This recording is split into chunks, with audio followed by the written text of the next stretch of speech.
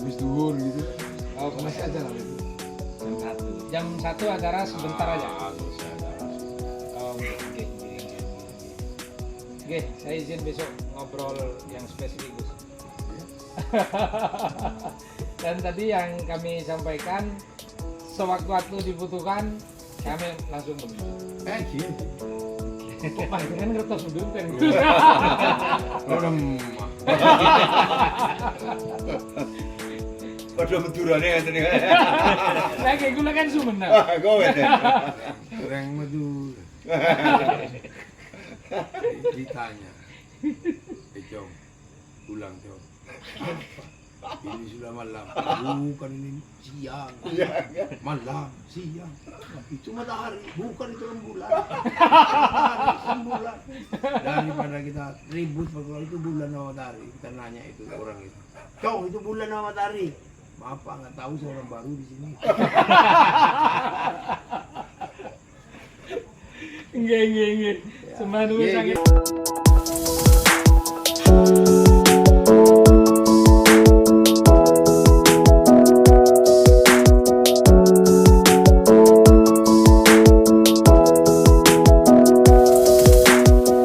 Assalamualaikum warahmatullahi wabarakatuh. Bertemu kembali dengan saya Abdul Aziz, advokat legal konsultan dan CEO firma hukum Progressive Law dalam sebuah forum progresif. Malam ini saya sedang bersama dengan tokoh kawakan yang insya Allah di seluruh pelosok negeri ini sudah mengenal beliau. Beliau memiliki konsentrasi yang cukup penuh, gigih sekali untuk menjaga keutuhan umat. Apa yang beliau sampaikan di dalam ceramah-ceramahnya itu selalu mendinginkan hati umat dan muaranya satu, adalah keutuhan umat, tepatnya keutuhan Negara Kesatuan Republik Indonesia. Beliau adalah Gus Muwafiq, pengasuh pesantren Gus Muwafiq Mikir di kawasan Yogyakarta. Nah, saya ingin berbincang dengan beliau tentang satu tema yang cukup sederhana, tetapi tema ini adalah tema kebangsaan, dekat dengan publik, dan bagaimana beliau akan memberikan masukan-masukan, arahan-arahan, petuah-petuah, bagaimana sesungguhnya warga masyarakat itu hari-hari ini, bahkan menjelang pesta demokrasi, pemilu kada, akan memilih calon pemimpin pada tingkat kota, kabupaten, dan gubernur serentak seluruh Indonesia 27 November 2024. Saya sudah tidak sabar untuk berbincang dengan beliau. Tema ini berkaitan dengan bagaimana kebangsaan ini terus dirawat dan bagaimana umat terus bersatu dan Negara Kesatuan Republik Indonesia tetap terjaga. Assalamualaikum Gus. Salam. Alhamdulillah. Sehat Gus? Sehat. Alhamdulillah. Jadi publik kita, masyarakat kita ini hari-hari ini menyaksikan pemberitaan, menyaksikan berbagai ceramah dari banyak tokoh.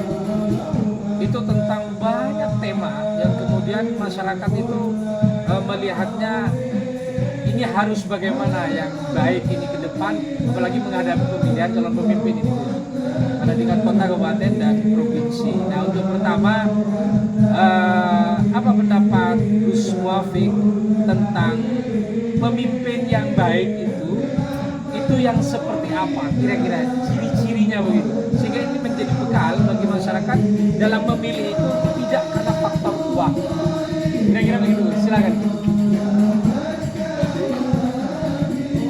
Masyarakat itu kan pola kepemimpinan itu punya role modelnya masing-masing.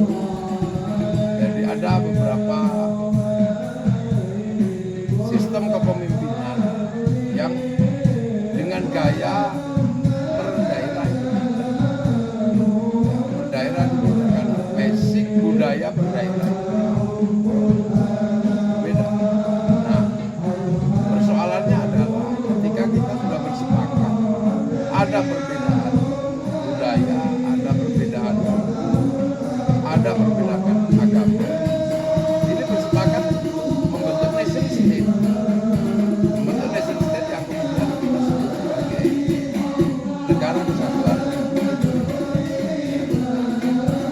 Semua yang terjadi dan akan diberlakukan ditentukan oleh aturan konstitusional. Nah, aturan konstitusional itu memang pada akhirnya ada ukurannya. Nah, ukurannya adalah undang-undang. Yang bisa mengayomi sekian perbedaan itu undang-undang. Nah, undang-undang ini yang akan mengatur dan menentukan yang sering kita sebut sebagai tasarruful imam ala ra'iyah manutun bil maslahat. Jadi kemaslahatan itu sesungguhnya output dari setiap kepemimpinan. Output dari setiap adalah kemaslahatan. Kemaslahatan di negeri konstitusional ya nggak bisa kalau nggak lewat undang-undang. Ya. Nah, undang-undang nggak mungkin bisa dicapai kalau tidak lewat parlemen. Parlemen nggak bisa kalau tidak lewat partai Politik. Ya. Nah, kedudukannya adalah malayatimul wajib ilahi bahwa wajib. Jadi ini sesuatu yang harus dipahami dulu. Nah, kepemimpinannya seperti apa nantinya? Ya, yang penting bisa memberikan kemaslahatan. Oh, berarti kuncinya yang dipilih adalah orang yang kita percaya dan kita yakini nantinya memungkinkan bahwa ia akan memberikan kemaslahatan yang Iya. besar kepada masyarakat. Hanya itu ya kuncinya. Hanya itu. Berarti rekam jejak selama ini itu kan tersaji. Ya, Kayak begitu ya. Salah satunya itu ya. Ada rekam jejak, ada yang namanya latar belakang, macam-macam banyak. Yang penting itu nanti ujian adalah kemaslahatan. Nah, kalau kemaslahatan itu tidak terpenuhi, ya sesungguhnya seorang pemimpin itu sudah gagal. Oh, artinya kalau seseorang menjadi pemimpin, dia tidak banyak memberikan kemanfaatan atau kemaslahatan, pada dasarnya dia gagal itu. Gagal. Oh, kalau gagal berarti sebaiknya mundur. Ya, karena ada mekanisme kontrol. Oh, ada mekanisme kontrol. Artinya ada perlibatan publik ya, Ya. untuk melakukan kontrol. Peribadatan publik yang sudah dipilih melalui proses perwakilan. Oh, Jadi ada eksekutif, ada legislatif. ada legislatif. Ya, di situ Betul. dulu. Artinya publik dapat mengkomunikasikan dengan baik kepada wakil-wakil mereka yang Wakil-wakil. berada di legislatif. Ya, Karena legislatif memang salah satu tugasnya adalah mengawasi Ya. eksekutif. Ya. Kan begitu. kan tidak mungkin kemudian terus-terusan bahwa mekanisme kontrol itu menggunakan sistem ekstraparlementer. Ya. Boleh gitu ya, tapi tidak terus-terusan begitu. Oh. Karena impactnya yang juga nggak sesederhana yang kita bayangkan. Baik. Tentang kemacetan, instabilitas dan macam-macam. Jadi Baik. pasti mengganggu. Walaupun itu juga dibutuhkan sebagai pressure group aja semata-mata. Ya, artinya para aktivis pergerakan itu menyebutnya parlemen jalanan. Ya, Nah, artinya parlemen jalanan itu adalah ketika keran aspirasi itu tertutup, aksi demonstrasi menjadi niscaya. Nah, kira-kira kan begitu ya, menjadi sebuah keharusan. Oke, kalau kemudian tadi itu sudah disebutkan bahwa memilih calon pemimpin itu adalah orang yang diprediksi memberikan kemanfaatan besar. Artinya itu dapat dipahami dari salah satunya rekam jejak, begitu ya. Kemudian dari prinsip-prinsip kehidupannya, bagaimana kehidupan keseharian selama bergaul dengan masyarakat, kan itu poinnya ya. Oke, Gus. Yang kedua, saya ingin bertanya soal hari-hari ini banyak sekali di berbagai daerah konstitusi itu mengatur bahwa orang yang memiliki rekam jejak buruk itu artinya pernah terjaring dalam kasus-kasus misalnya korupsi, itu diatur bahwa dia harus jeda 5 tahun. Tetapi ada perbedaan penafsiran. Bahkan terakhir saya melihat keberhasilan rekan-rekan begitu dari X terpidana korupsi yang kemudian dimajukan ke Mahkamah Konstitusi dan Mahkamah Konstitusi memutuskan 1 sampai 5 itu tidak kualifikasi jeda 5 tahun. Nah, bahwa konstitusinya mengatakan demikian, yes. Nah, secara etika, secara moral, itu bagaimana Gus Muafik melihat bahwa konstitusinya iya, jeda 5 tahun hanya berlaku bagi yang diancam pidana itu 5 tahun atau lebih. Nah, namun kemudian kan penafsiran ini kemudian banyak didiskusikan bahwa kalau tidak 5 tahun atau lebih itu boleh. Nah, sehingga di berbagai daerah sekarang banyak yang nyalon. Nah, kan begitu ya Gus. Nah, secara moral, secara etik, pertanggungjawaban kepada publik, bahkan ada beberapa data menyebutkan orang yang maju kembali kemudian terlibat korupsi kembali. Apa pendapat Gus Muafik fenomena itu?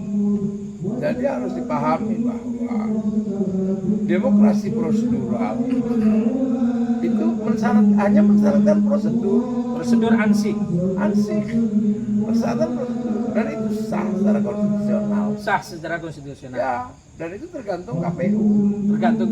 Artinya bola di KPU. Jadi urusan bahwa kemudian etika dan segala macam itu kan di proses publiknya. Ya. Jadi bagi konstitusi, selagi prosedur itu terlewati, dia nggak ada masalah. Artinya difomain itu sudah. Ya, difomain lah. Ya. Mau mentan penjahat, mau apa, ya penting ketika masuk di KPU diterima, prosedur dilewati, tidak ada persoalan. Oke, tidak ada persoalan. Betul. Tapi bahwa persoalan etika itu kembali lagi kepada masyarakat. Nah, masyarakat mau enggak nih? Mau enggak? Milih kembali, ya. Kan begitu ya. Nah, artinya bagaimana kemudian masyarakat itu sebenarnya dididik, ia betul-betul memahami jati dirinya, memahami bagaimana memutuskan untuk memilih calon pemimpin itu kan sebenarnya. Artinya kembali kepada publik. Kepada publik. Oke. Jadi semua dikembalikan kepada mekanisme publik pasca mekanisme konstitusional. Karena publik ini kan juga bagian dari persyaratan konstitusional. Betul. Karena publik inilah ya dari publik inilah menghasilkan kuota masuk atau tidak. Ya. Nah, tapi bahwa yang dilakukan oleh KPU kan menerima pendaftaran prosedural terpenuhi sudah. Oke. Berarti kesimpulannya tinggal KPU apakah dia akan menetapkan. Nah, sekarang ini kan masa-masa pendaftaran belum penetapan. Nah, apakah akan menetapkan? Kebetulan saya juga berdiskusi dengan rekan-rekan ahli hukum. Semua bola ini hari ini ada di KPU. Apakah KPU akan memutuskan sesuai dengan peraturan KPU yang memang mensyaratkan jeda 5 tahun? Nah, atau justru tidak mengikuti itu, artinya mengikuti putusan pengadilan yang bersangkutan, yang tidak diancam 5 atau lebih itu, gitu kan? Oke, saya ingin meninggalkan tema itu, Gus Muafik. Saya ingin masuk pada bahwa demokrasi kita ini akhir-akhir ini dinilai oleh banyak kalangan itu kian mundur. Demokrasi kita artinya apa? Banyak aturan-aturan konstitusi yang sudah pakem itu kemudian dianggap berubah di luar kepakeman, kira-kira kan begitu, sehingga terjadilah perdebatan yang sesungguhnya juga ujungnya itu hanya bagaimana mendorong agar konstitusi kita ini kita taati bersama, karena sudah kita sepakati bersama, ya kita taati bersama. Jangan sampai kemudian sudah kita taati bersama, tetapi kemudian ada pelanggaran-pelanggaran. Nah, saya kira Gus Muafik juga melihat itu kan, sebagai seorang tokoh, bahkan Gus Muafik kalau menurut sejarah juga aktif sekali di UIN Sunan Kalijogo Yogyakarta ya. Dan panjenengan juga pernah di pergerakan mahasiswa Islam Indonesia di PMI. Saya kebetulan juga di PMI Pemesanan Sunan Ampel di Malang.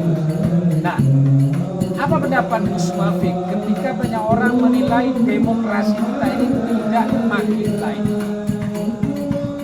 Jadi demokrasi kita ini dianggap kian mundur.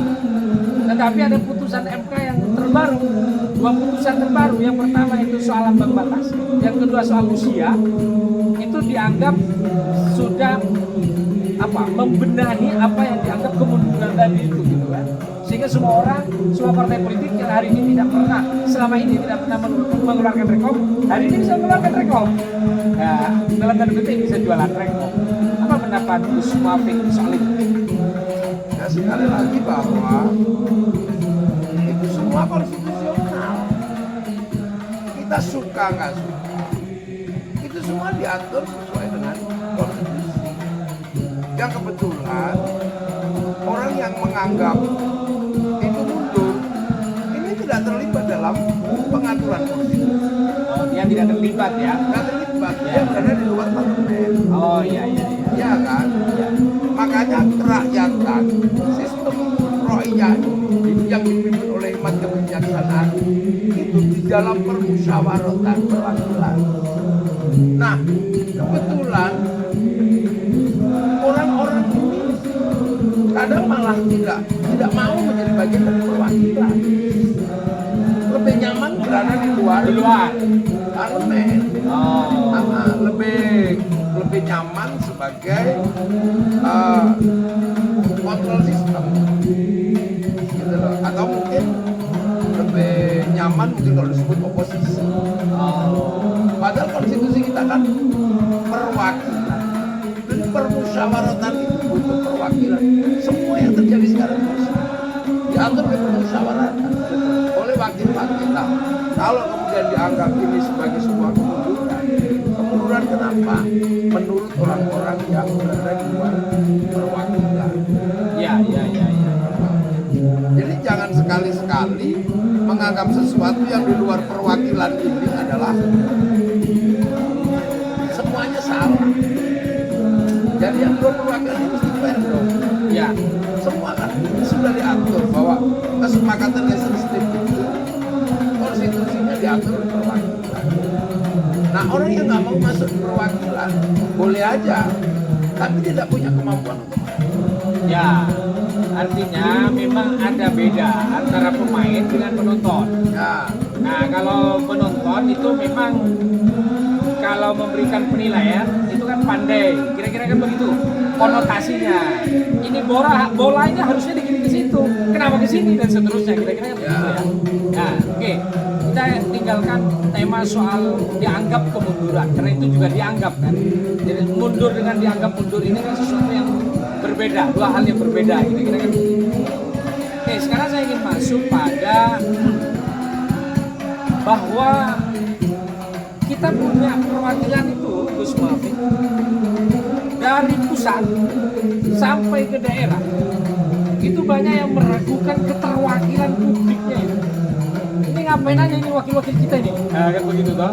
Nah, artinya apa? Yang seharusnya menjadi penyambung lidah publik, menjadi penyambung lidah masyarakat, terutama dapilnya gitu kan ya.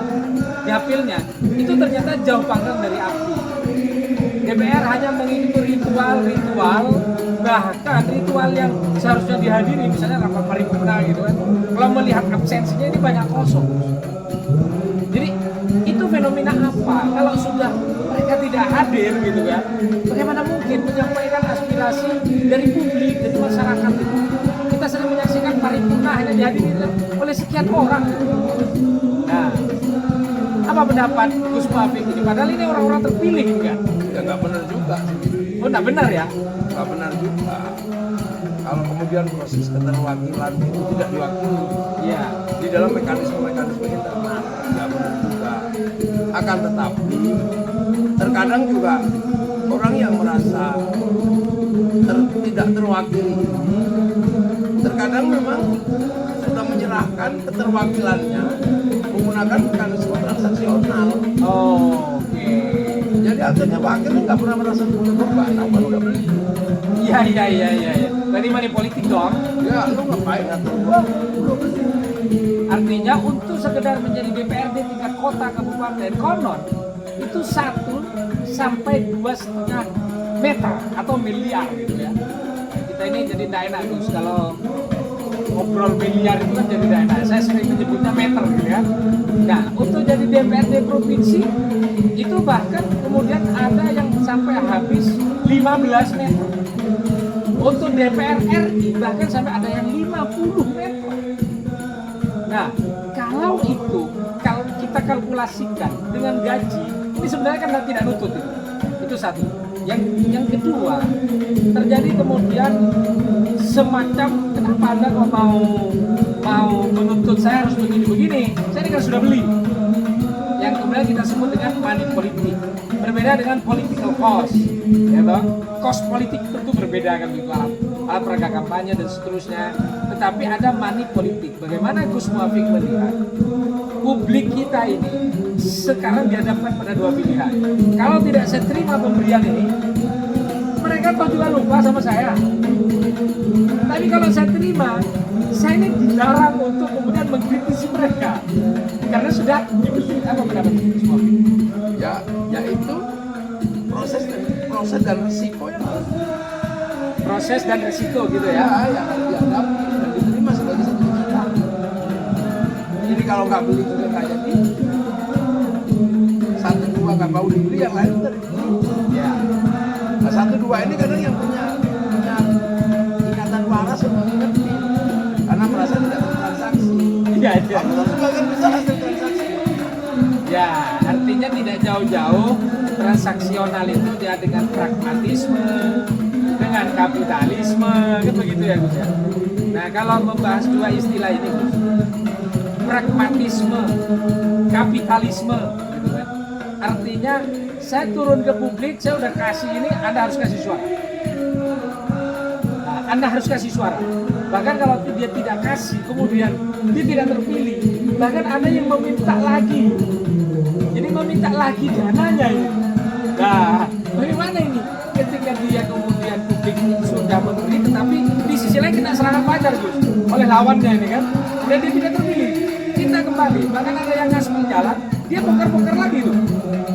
Nah, ini fenomena macam apa? Artinya kan begini. Kalau kita membahas dari awal pemimpin, kalau ingin jadi pemimpin, masa iya begitu? Apakah kemudian muncul, jangan-jangan dia mencari profesi baru? Fenomena itu gimana Gus itu? Ya itu kan fenomena yang tidak bisa di plan. Ya. Tahu-tahu ada gitu aja. Ternyata yang dibayangkan tentang perubahan konstitusional, tentang pemilu langsung, itu menghasilkan efek-efek politik seperti itu. Karena pilihannya sudah langsung. Ya, nanti juga semoga aja itu akan bermuara pada sesuatu yang Amerika dulu juga. Beberapa negara yang sekarang maju, Yang disebut negara maju juga demikian di Amerika itu. ya dulunya juga. Oh, iya. Sekarang misalnya contoh di masyarakat kota juga udah nggak terlalu begitu. Oh. Ya di Sleman di tempat saya nggak terlalu. Oh, sudah tidak terlalu ya? Oh, jadi visi misi itu sudah Oh, sudah didengerin. Oh, artinya kembali kepada sosok pribadi, apa yang ia ucapkan, apa yang ia sampaikan, Ya. itu mulai didengarkan ya. mulai. Oh, berarti kan ini kan menjadi kebalikan nih, yang dianggap bahwa demokrasi makin mundur, ini justru dengan demikian itu kan maju sebenarnya. Artinya pendidikan politik itu sustainable, ya, dia berkesinambungan kan begitu. Dan memang saya pernah juga menyampaikan Gus Muafik bahwa kontestasi ke depan kepemimpinan itu harus mensyaratkan dua hal. Yang pertama adu gagasan, yang kedua politik berkeadaban. Walaupun ini terdengar impossible, buat saya itu bukan tidak mungkin. Ya. Nah, bukan tidak mungkin, artinya kita harus yakin, kita harus percaya bahwa suatu saat seperti publik di Sleman tadi itu mulai memikirkan visi misi. Ya. Nah, pendapat Gus Muafik soal politik adu gagasan, politik berkeadaban, apa Gus? Ya, itu sebenarnya mau begitu. Oh, sebenarnya begitu ya? Ya, cuman kan untuk sampai ke situ kan juga Butuh waktu. butuh waktu. Ya, itu kan politik ideal itu begitu. Iya. Sehingga politik itu benar-benar mengeluarkan policy yang adil, yang kemudian kita kenal dengan istilah berkemanusiaan, berkeadilan, dan berperadaban. Itu kan cita-cita. Betul. Jadi civility gitu kan. Bagaimana kemudian mulai beradab lah. Kira-kira kan begitu ya. Terakhir Gus, apa pesan Gus Muafik kepada seluruh generasi muda? Ya, generasi muda harus rukun melihat kenyataan perbedaan. Karena khazanah kita itu kan khazanah yang berbeda-beda. Yang penting rukun. Oke, artinya jangan mempertajam perbedaan, semangat memperjuangkan persamaan. Nah, kira-kira begitu. Sehingga kalau itu kerukunan tercipta, maka sesungguhnya potensi-potensi pecah itu tidak ada ya, bisa. Baik. Jadi milenial, Gen Z, bagaimana tetap menjaga kerukunan, bersatu padu, tidak bercerai-berai. Ya. Oke. Terima kasih Gus Muafiq atas kesempatan yang baik.